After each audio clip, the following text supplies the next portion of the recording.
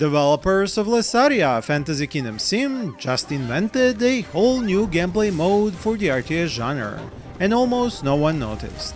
But I think this is one of the most significant inventions in real-time strategy games since Dawn of War perfected capture points, challenge missions showed up in C&C Generals, or dare I even say since DOTA was made in Warcraft III map editor. But first, what is Lessaria? My liege, upgrade of the building has been finished. This is a brand new release from an indie studio which continues the spirit of Majesty and its unique non-direct control over a variety of heroes which level up and buy gear and items as they slay enemies in a medieval fantasy kingdom. Hence the second part of the name, used by both Lessaria and Majesty, being Fantasy Kingdom Sim. Yeah, I know it's an odd one to use simulation to explain a game I am calling an RTS here, but bear with me on this. So if you ever played the original Majesty or its sequel, or any of the other Majesty successors like Crown of Greed for example, you should be familiar with this kind of gameplay.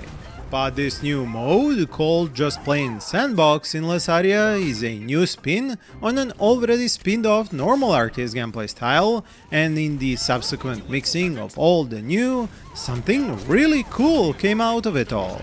Darkness will not overcome me. With one of its latest updates, devs introduced this new game mode to Lessaria along with a bunch of other improvements and fixes. And you start it up just on a single purpose-made map right now with up to 3 AI players in team or free-for-all matches. There is another map just for duels. But you can edit the monster layer level, frequency of waves, do they attack the AI bots, are there bosses on the map, and will the AI attack them or not. Now, from the point of view of any regular RTS player, this isn't a sandbox, but a setup for a skirmish match. But once you start to add monster layers, bosses, waves of enemies, and the fact that you manage both your kingdom and your units while only controlling units with scout, attack and defend flags, you start to realize it's anything but a normal skirmish match. Here I am playing in a team game, so 2 versus 2 using an AI ally. If this could be made to work in multiplayer, it would be a very novel experience for us all, and this might be its ultimate form, but I am getting ahead of myself right now. The castle stands in for your HQ, and all other buildings have to be first constructed and later upgraded just like the castle itself.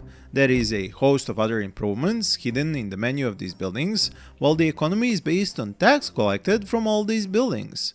The famous tax collectors are the core of this gold income and physically carry gold coins from all the buildings which generate it or gain it by sales. Another way to earn gold is from trade caravans, which require constructing trade outposts away from your main settlement. But you can only do this after clearing a section of the map from monster layers and constructing that building on a particular predefined spot. The problem was for me that while my AI ally had no issues constructing these, for some unknown reason to me, I couldn't begin their construction. If anyone knows what I was doing wrong here, please enlighten me in the comments.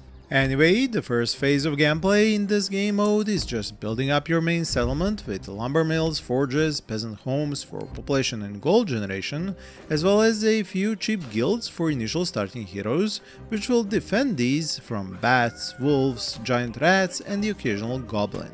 These rangers, warriors and thieves each have unique fighting styles and potential high-level spells and skills.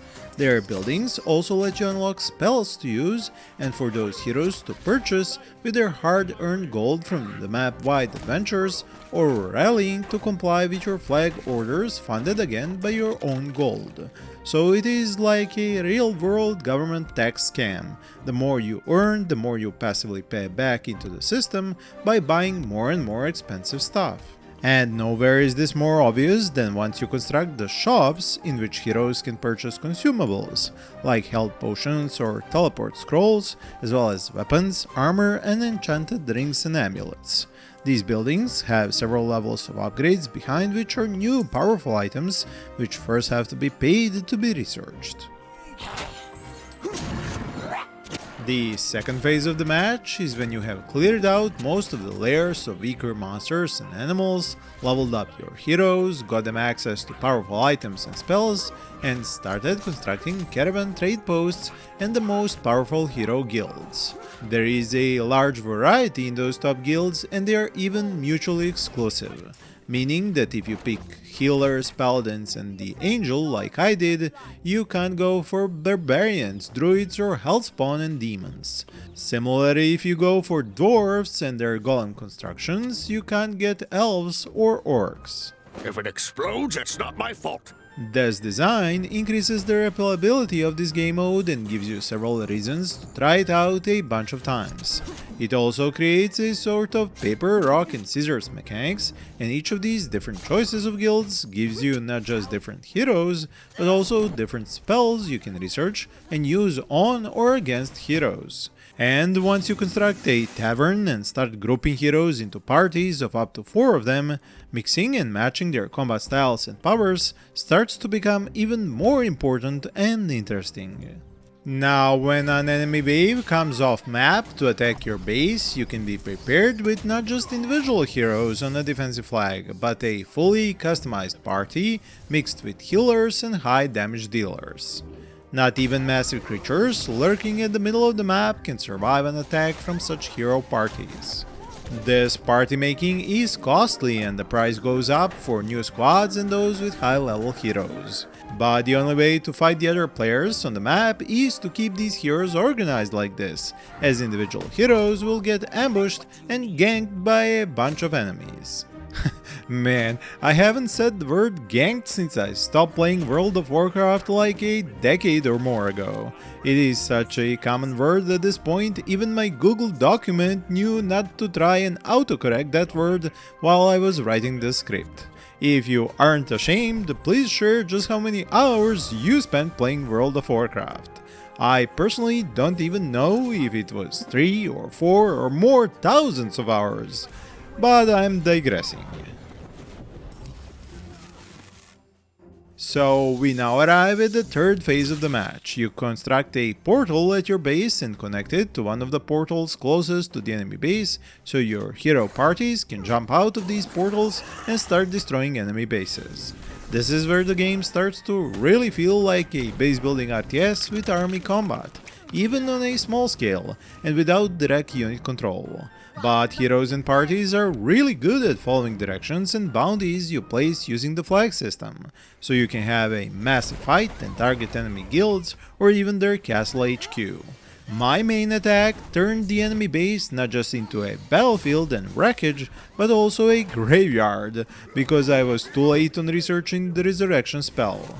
Yes, you even have access to spells which bring back heroes from the dead. Of course, if you cast them before they turn into gravestones.